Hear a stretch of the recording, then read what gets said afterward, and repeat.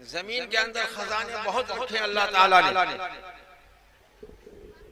इसको भी बराबर नहीं।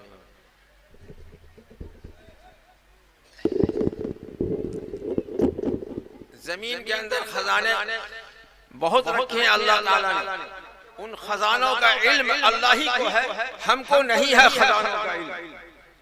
आपने देखा होगा कि आजकल जो खजाने जमीन के अंदर से निकल रहे हैं, आजकल जमीन से जो खजाने निकल रहे हैं, वो खजाने ऐसे खजाने निकल रहे हैं जिसका आज से 50 वर्ष पहले लोग तसव्वुर भी नहीं कर सकता था।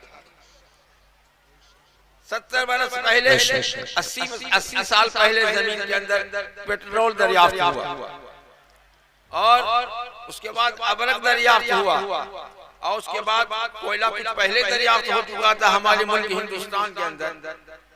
अरब के अंदर पेट्रोल दरियाफ्त हुआ, डीजल दरियाफ्त हुआ, तेल दरियाफ्त हुआ, आज से तकरीबन 80 साल पहले दरियाफ्त हुआ।